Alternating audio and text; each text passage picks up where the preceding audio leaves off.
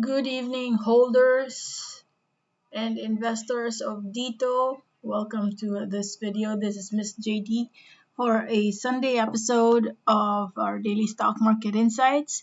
And as what you heard, this is a discussion specific to Dito. So you get to hear what you want to hear right away. Okay. Um, so last I think Thursday or Friday, I did review Dito and I said I'm a bit on the conservative side for this stock. The stock is still giving us some bearish signals, and we ended the week crossing. Okay, I'm looking at the weekly chart here. We ended the week crossing the MA20 line, and when that happens, I see that this stock is still not done with its bearish sentiment. Selling pressure is still on, and I feel that this week we might still see some continuation, and I am thinking it could still revisit our 842 level. And the reason why I'm saying that is because uh, if we go to the weekly chart, we have a resistance right at this area over here. And so feeling ko lang when it drops, it will revisit that key level. Uh, on the week of March 8th, it actually revisited that already. So, posibleng bababa pa siya. Now, what are we going to do at this point? So, it's really up to you if you want to just stay still and wait for the stock to recover, or that could be your signal to probably add more volume. And my take on this is try to add volume the moment you see a confirmation of a bounce, probably an engulfing candlestick forming around this level or a significant increase in the volume. That's when we see that sign as a trigger, like what I mentioned in the previous video. So for instance, what we want to see here is that as we go lower and lower, let's say we go to the daily chart, right? As we go down further, like what we see right here, so if the decline continues to happen this week, what we want to see here is that this volume continues to be at a lower level. You want it to be maintained or contained in this area over here. That means when we see that happen, people already feel that it's already a cheaper level and they're holding onto their position. And what we want to see is the shift in the volume, right? While we probably go sideways, or let's say it's still on a dropping direction, but what we want to see is that um, first we check out the key level and we found it's 850, and as we go drop around that area, we want to see the price shift in its volume. What am I trying to say here? Let's say it goes sideways in this area and then it shifts the volume. We will be seeing something like this. Okay. Actually, this part over here, if I'm to zoom into this area, oops. Yeah, let's try this. So right at this level, we have sideways, right? Not much of a movement. Your volume is also very small.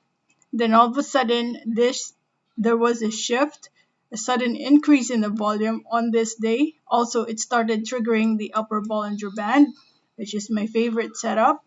From a constricted Bollinger Band, triggered the upper band. That was our key signal.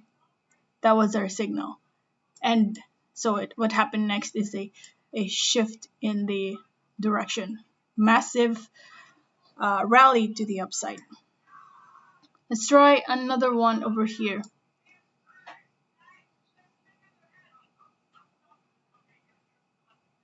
Let's try to check another key area. Actually, this one over here is perfect. This was the perfect setup. Let's check out this one as well. This one is another example. Okay, sideways over here, not much of a movement. And then all of a sudden, there was an increase in the volume. And then we maintained the constricted Bollinger Band for a few days, and then it continued. What's good about this candlestick is that we already have crossed the MA20 line to the upside. And then notice once we started triggering the upper band, it continued to move higher. But of course, don't expect for the stock to go on a linear straight line going up. There will be corrections along the way. So that's my outlook, and I am not expecting a lot. I don't expect for the stock to recover right away. Let it be, especially for the long-term investors, while the stock is just staying flat or on a decline. Uh, that's our opportunity to add more. Okay, just I think Dito. If I already shared this previously, I have some shares in Dito, but if I am to share my 2 cents here, I also shared this in my previous video.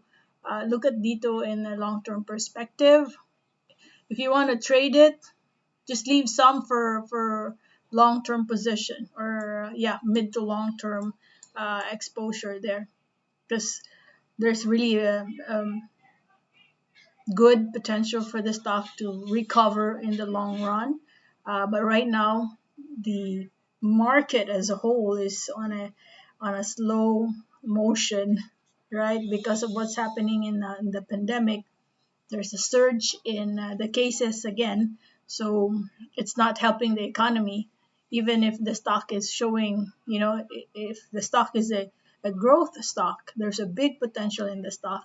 The overall sentiment of the investors towards the Philippine economy is pulling everyone down.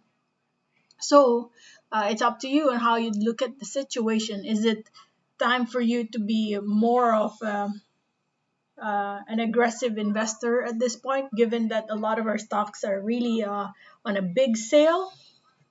It's up to you, right? But right now, what I can say here is this is a really, really good opportunity for long-term investors to closely monitor Dito, because we're already at a very cheap level. 850 for me is the nearest support.